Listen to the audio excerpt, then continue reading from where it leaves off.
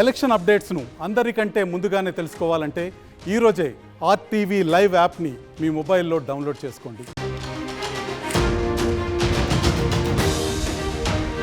నేను మీ రవి ప్రకాష్. నెల రోజుల క్రితం తెలంగాణ ఏపీ ఎన్నికలకు సంబంధించి మా స్టడీ రిపోర్ట్ను మీకు చూపించాం. నిన్న టీవీ ఛానల్స్, పలు సర్వే సంస్థలు లోక్సభతో పాటు ఏపీ అసెంబ్లీ ఎన్నికలకు సంబంధించి ఎగ్జిట్ పోల్స్ చూపించిన వెంటనే నా ఫోన్కు చాలా మెసేజెస్ వచ్చాయి. నా ఫోన్ రెస్ట్ లేకుండా మోగుతూనే ఉంది.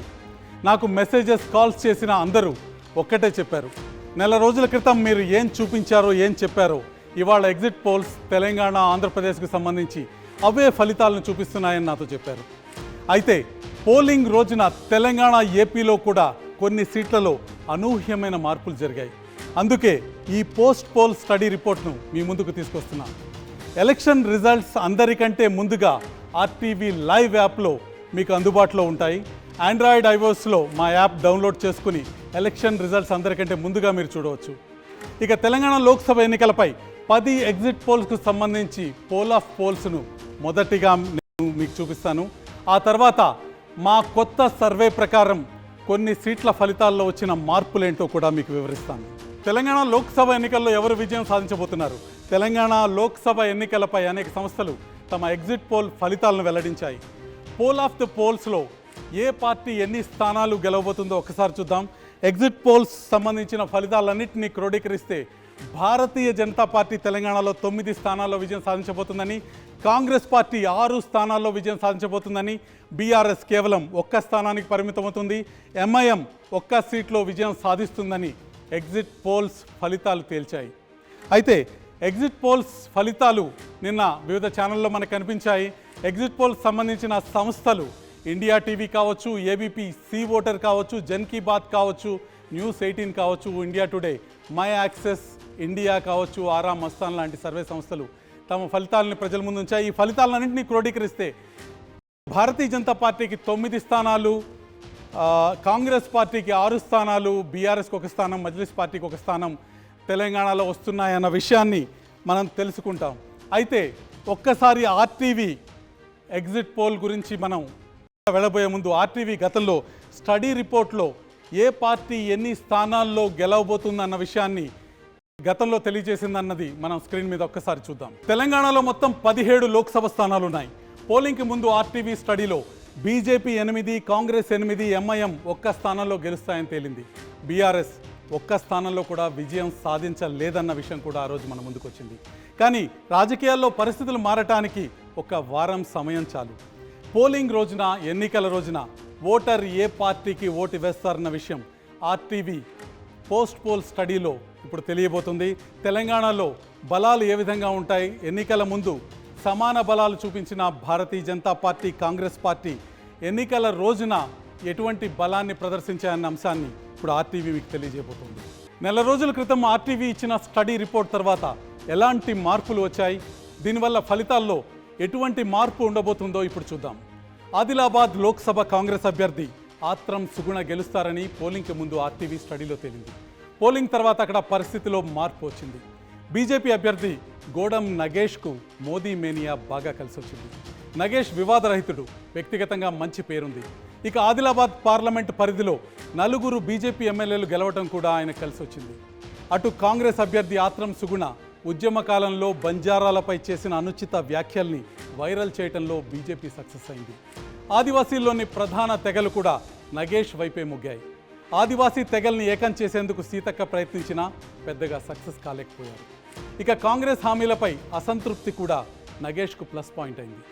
కాంగ్రెస్ ఇన్ఛార్జిగా వచ్చిన సత్తు మల్లేష్ కాంగ్రెస్లో గ్రూపుల్ని ఏకం చేయడంలో పూర్తిగా ఫెయిల్ అయినట్టు కనిపిస్తుంది.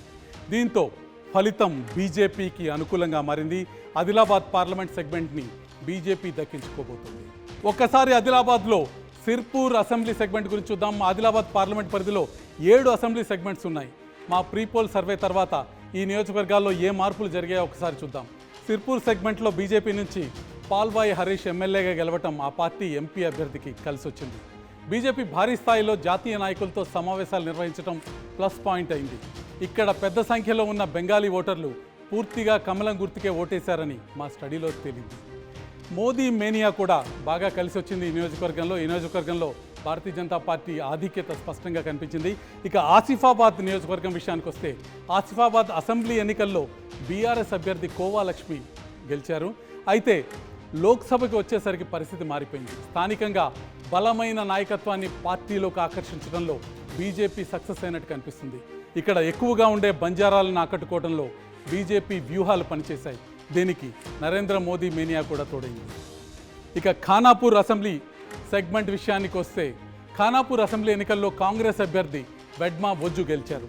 పార్లమెంట్ ఎన్నికల్లో మాత్రం సీన్ మారినట్టు కనిపిస్తుంది. కాంగ్రెస్లో వర్గపోరుని బీజేపీ క్యాష్ చేసుకోవడం స్పష్టంగా కనిపిస్తుంది. కమలం గుర్తుని స్థానిక నాయకులు బలంగా ప్రజల్లోకి తీసుకువెళ్లారు. విద్యావంతుల్లో పెరిగిన మోదీ గ్రాఫ్ కూడా పనిచేసింది. ఓవరాల్గా ఈ సెగ్మెంట్లో కాంగ్రెస్పై బీజేపీ పైచేయి కనిపిస్తుంది.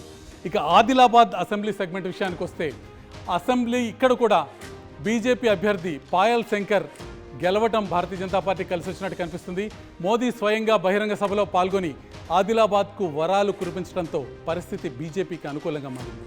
వరుసగా జాతీయ స్థాయి నాయకులతో సభలు పెట్టడంతో జనంలోకి బీజేపీ బాగా వెళ్ళినట్టు కనిపిస్తుంది. మహారాష్ట్ర బోర్డర్ ఏరియాలో బీజేపీ బలంగా ఉండటం కూడా అడ్వాంటేజ్గా మారింది. ఇక బోధ్ అసెంబ్లీ సెగ్మెంట్ విషయానికి వద్దాం. అసెంబ్లీ ఎన్నికల్లో ఇక్కడ బీఆర్ఎస్ అభ్యర్థి అనిల్ జాదవ్ విజయం సాధించారు. అయితే పార్లమెంట్ ఎన్నికలకు వచ్చేసరికి పరిస్థితి పూర్తిగా మారింది. ఎంపీ అభ్యర్థి గోడం నగేష్ స్థానికుడు కావటం ఇక్కడ బీజేపీకి కలిసి వచ్చింది. నియోజకవర్గంలో ఎక్కువగా ఉన్న ఆదివాసులు కూడా స్థానికుడైన నగేష్కే ఓటేసేందుకు మొగ్గు చూపారు. గతంలో కేంద్రం నుంచి వచ్చిన నిధులు ఈ నియోజకవర్గంలో ఎక్కువగా ఖర్చు పెట్టారు. తమ సిట్టింగ్ సీట్ని కాపాడుకునే లక్ష్యంతో బీజేపీ ఆర్ఎస్ఎస్ శ్రేణులు తీవ్రంగా ప్రచారం చేశారు. దీంతో చివరి నిమిషంలో పరిస్థితి బీజేపీకి అనుకూలంగా మారటం ఈ నియోజకవర్గంలో స్పష్టంగా కనిపిస్తుంది. ఇక నిర్మల్ దగ్గరికి వెళ్దాం. నిర్మల్ విషయానికి వస్తే అసెంబ్లీ ఎన్నికల్లో ఇక్కడ బీజేపీ అభ్యర్థి మహేశ్వర్ రెడ్డి ఎమ్మెల్యేగా గెలిచి ఉండటం ప్లస్ పాయింట్ అయింది. బీజేపీ క్షేత్రస్థాయిలో బలమైన నాయకత్వం ఉండటం కూడా అడ్వాంటేజ్గా మార్చుకుంది. అయోధ్య రామాలయం అంశం ప్రజల్లోకి తీసుకువెళ్లడంలో ఈ నియోజకవర్గంలో బీజేపీ నేతలు బాగా సక్సెస్ అయినట్టు కనిపిస్తుంది. బీఆర్ఎస్లో మంత్రిగా పనిచేసిన ఇంద్రకరణ్ రెడ్డిని కాంగ్రెస్లో చేర్చుకోవటం ఆ పార్టీకి మైనస్ అయినట్టు ఇక్కడ కనిపిస్తుంది. ఇక ముధోల్ అసెంబ్లీ సెగ్మెంట్ విషయానికి వస్తే బీజేపీ అభ్యర్థి ఇక్కడ గెలవటం ఆ పార్టీకి బాగా కలిసి వచ్చింది. మతపరంగా సెన్సిటివ్ ఏరియా అయిన భైన్సా లాంటి చోట బీజేపీకి వన్ సైడ్ ఓట్లు పడ్డాయి. హిందుత్వ ఎజెండాని జనంలోకి బలంగా తీసుకువెళ్లడంలో బీజేపీ కార్యకర్తలు సక్సెస్ అయ్యారు. ఇక్కడ కూడా రామాలయ నిర్మాణం అంశం ప్రభావం చూపించినట్టు కనిపిస్తుంది. దీనికి మోదీ మీనియా కూడా తోడైంది. బీజేపీ అభ్యర్థి నగేష్కు విజయావకాశాలు ముధోల్ కారణంగా బాగా పెరిగినట్టు మా సర్వేలో తేలింది. ఆదిలాబాద్లో ఫలితం మారబోతుందన్న విషయం ఇప్పటిదాకా చెప్పుకున్నాం. తర్వాత సీటు వరంగల్. ఇక్కడ కాంగ్రెస్ అభ్యర్థి కడియం కావ్య గెలిచే అవకాశం ఉందని పోలింగ్కి ముందు చేసిన ఆర్టీవీ స్టడీలో తేలింది. కానీ పోలింగ్ దగ్గర పడుతున్న కొద్దీ పరిస్థితి మారుతూ వచ్చింది. బీజేపీ అభ్యర్థి ఆరూరి రమేష్ ఆర్థికంగా బలంగా ఉండటంతో పాటు భారీగా అనుచరగణం ఉండటంతో విజయావకాశాలు మెరుగుపరుచుకున్నట్టు కనిపిస్తుంది. పోలింగ్కి 3-4 రోజుల ముందు నుంచి సంఘ్ పరివార్ ఇంటింటికి తిరిగి ప్రచారం చేసింది. వరంగల్కు స్మార్ట్ సిటీ గుర్తింపు, ఎయిర్పోర్ట్ హామీ, కాజీపేట రైల్వే డివిజన్ లాంటి అంశాలని బీజేపీ బలంగా జనంలోకి తీసుకువెళ్ళింది. మందకృష్ణ మాదిగ ప్రచారం కూడా భారతీయ జనతా పార్టీకి అడ్వాంటేజ్గా మారింది. కాంగ్రెస్ అభ్యర్థి కడియం కావ్య, ఆమె తండ్రి కడియం శ్రీహరి ఎన్నికలకు కొద్ది రోజుల ముందే కాంగ్రెస్లోకి రావటం ఆ పార్టీలో అంతర్గత సమస్యలకి కారణమైంది. విద్యావంతుల్లో మోదీ మేనియా ఉండటం ఆరూరి రమేష్ విజయావకాశాలని మరింతగా పెంచింది. అసెంబ్లీ ఎన్నికలకు పార్లమెంట్ ఎన్నికకు వరంగల్ పార్లమెంట్ పరిధిలో ఏం మారిందో ఒకసారి చూద్దాం. ఇక్కడ 7 అసెంబ్లీ స్థానాలు ఉన్నాయి. 2023 అసెంబ్లీ ఎన్నికల్లో ఇక్కడ 6 సెగ్మెంట్లలో కాంగ్రెస్, ఒక్కచోట బీఆర్ఎస్ గెలిచాయి. బీఆర్ఎస్ ఎమ్మెల్యేగా గెలిచిన కడియం శ్రీహరి కాంగ్రెస్లో చేరటంతో మొత్తం 7 సెగ్మెంట్లు కాంగ్రెస్ ఖాతాలో చేరిపోయాయి. అయితే పార్లమెంట్ ఎన్నికల నాటికి పరిస్థితి అనూహ్యంగా మారినట్టు కనిపిస్తుంది. బీజేపీ గెలుపు దిశగా నడుస్తున్నట్టు కనిపిస్తుంది. ఒకసారి వరంగల్ పార్లమెంట్ నియోజకవర్గంలో అసెంబ్లీ సెగ్మెంట్ల విషయానికి వద్దాం. ముందుగా స్టేషన్ ఘన్పూర్ విషయం చర్చిద్దాం. బీఆర్ఎస్ నుంచి కడియం శ్రీహరి ఇక్కడ గెలిచి కాంగ్రెస్ పార్టీలో చేరారు. వరంగల్ పార్లమెంట్ అభ్యర్థిగా తన కుమార్తె కడియం కావ్యకి టికెట్ తెచ్చుకున్నారు. బీఆర్ఎస్కి పట్టున్న ఈ సెగ్మెంట్లో కడియంకి తాటికొండ రాజయ్యకు మధ్య ఉన్న గొడవ కాంగ్రెస్ను తీవ్రంగా దెబ్బతీసింది. కడియంకు వ్యతిరేకంగా గట్టిగా ప్రచారం చేసి బీఆర్ఎస్కి ఓట్లు పడేలా రాజయ్య కష్టపడ్డారు. బీఆర్ఎస్లో ఉన్నప్పుడు కాంగ్రెస్ ఎమ్మెల్యే అభ్యర్థి ఇందిరను ఓడించారు కడియం. దీంతో ఆయన్ను దెబ్బతీయాలన్న పట్టుదలతో ఇటు కాంగ్రెస్ అటు బీఆర్ఎస్ నేతలు పనిచేయడంతో కావ్యకి ఇక్కడ పెద్ద మైనస్ పాయింట్గా మారింది. ఓవరాల్గా ఈ సెగ్మెంట్లో బీఆర్ఎస్కు ఎక్కువ ఓట్లు పడటం బీజేపీకి అడ్వాంటేజ్గా మారుతుంది. ఇక పాలకుర్తి అసెంబ్లీ నియోజకవర్గంలో కాంగ్రెస్ గెలిచింది. ఇప్పుడు కూడా కాంగ్రెస్ హవా అక్కడ కనిపించింది. ఈ సెగ్మెంట్లో తాజాగా అత్యధికంగా ఓట్లు పోలయ్యాయి. ఇక్కడ ఓడిపోయిన మాజీ మంత్రి ఎర్రబల్లి దయాకర్ రావు ప్రతిష్టాత్మకంగా తీసుకుని కాంగ్రెస్కు ఓట్లు పడకుండా కృషి చేశారు. ఇది బీజేపీకి కలిసి వచ్చిన అంశంగా కనిపిస్తుంది. ఇక పరకాల అసెంబ్లీ సెగ్మెంట్ విషయానికి వద్దాం. అసెంబ్లీ ఎన్నికల్లో ఇక్కడ కాంగ్రెస్ గెలిచింది. అయితే ఇప్పుడు పరిస్థితి బీజేపీకి అనుకూలంగా మారింది. సంఘ్ పరివార్ ఈ సెగ్మెంట్లో బలంగా ఉంది. బీజేపీ రాష్ట్ర స్థాయి నాయకులు ఇక్కడ చాలామంది ఉన్నారు. పార్లమెంట్ ఎన్నికలు కాబట్టి మోదీ మేనియా కూడా ఇక్కడ పనిచేసిందనే చెప్పాలి. పరకాల తర్వాత వరంగల్ ఈస్ట్ వెస్ట్ నియోజకవర్గాల విషయానికి వద్దాం. ఇక్కడ ఈసారి అతి తక్కువ పోలింగ్ నమోదైంది. విద్యావంతులు ఎక్కువగా ఉండటంతో పడిన ఓట్లలో బీజేపీకే ఎడ్జ్ ఉన్నట్టు చాలా స్పష్టంగా కనిపిస్తుంది. మంత్రి కొండా సురేఖ ప్రాతినిధ్యం వహిస్తున్న వరంగల్ ఈస్ట్లో బీజేపీకి అనుకూల పరిస్థితి కనిపిస్తుంది.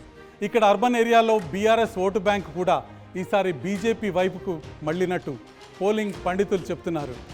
వరంగల్ వెస్ట్లో కాంగ్రెస్ ఎమ్మెల్యే నాయని రాజేందర్ రెడ్డి ఉన్నప్పటికీ ఈసారి ప్రభావం తక్కువగా పనిచేసినట్టు కనిపిస్తుంది. ఈ రెండు నియోజకవర్గాల్లో ఇప్పుడు కాంగ్రెస్కు వ్యతిరేకత చాలా స్పష్టంగా కనిపిస్తుంది. అది బీజేపీకి అనుకూలమైన అంశమైనట్టు చాలా స్పష్టంగా కనిపిస్తుంది. ఒకసారి వర్ధన్నపేట దగ్గరికి వెళ్దాం. వర్ధన్నపేట అసెంబ్లీ సెగ్మెంట్లో కాంగ్రెస్ నుంచి కేఆర్ నాగరాజు గెలిచారు. అయితే ఇది బీజేపీ ఎంపీ అభ్యర్థి ఆరూరు రమేష్ సొంత నియోజకవర్గం కావటం రమేష్కు ప్లస్ పాయింట్గా మారింది. బీజేపీ హవా మోదీ ప్రచారం ఆయన కలిసి వచ్చినట్టు పోలింగ్ తర్వాత జరిపిన మా అధ్యయనంలో తేలింది. ఒకసారి భూపాలపల్లి నియోజకవర్గం విషయానికి వద్దాం. భూపాలపల్లి అసెంబ్లీ సీట్లో కాంగ్రెస్ నుంచి గండ్ర సత్యనారాయణ గెలిచారు. ఈ సెగ్మెంట్లోనూ ఇప్పుడు అత్యధికంగా ఓట్లు పడ్డట్టు కనిపిస్తుంది. ఇది కూడా కాంగ్రెస్ అనుకూలమైన సీటు.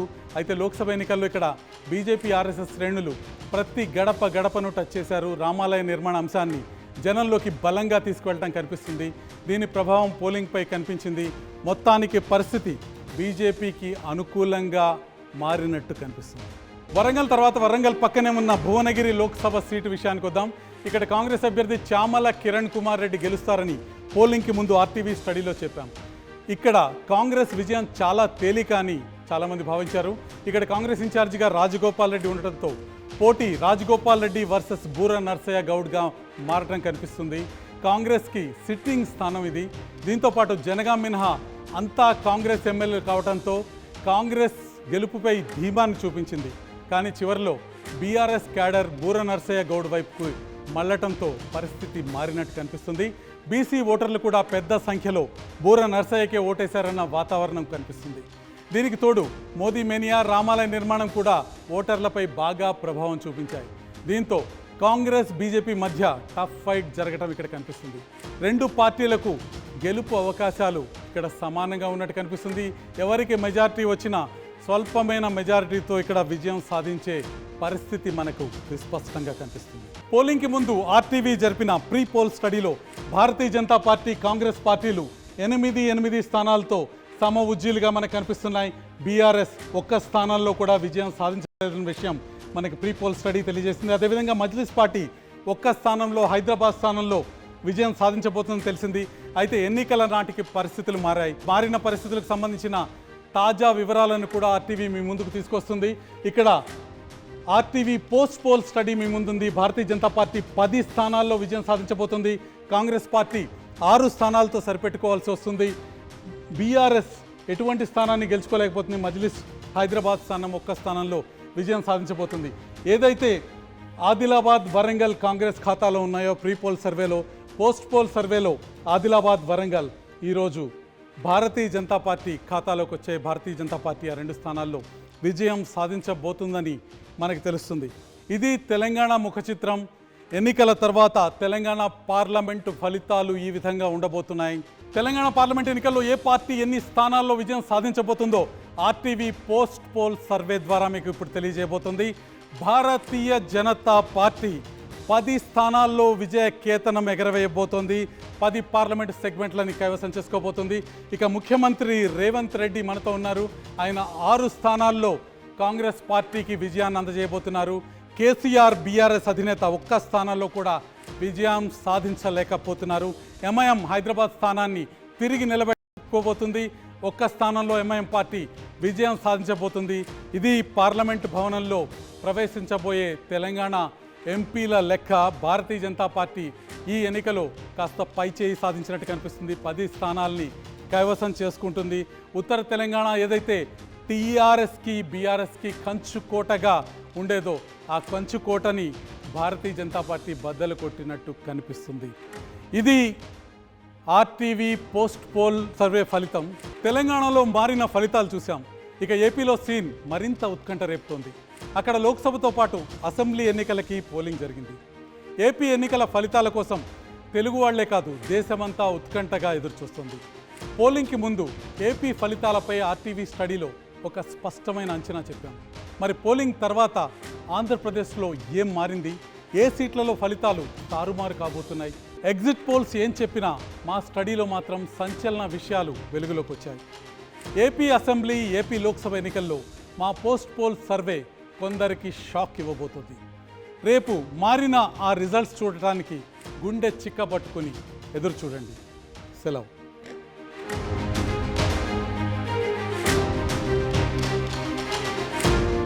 మరిన్ని వీడియోస్ కోసం ఛానల్ ని సబ్స్క్రైబ్ చేయండి. లేటెస్ట్ అప్డేట్స్ కోసం వాట్సాప్ ఛానల్ ని ఫాలో చేయండి.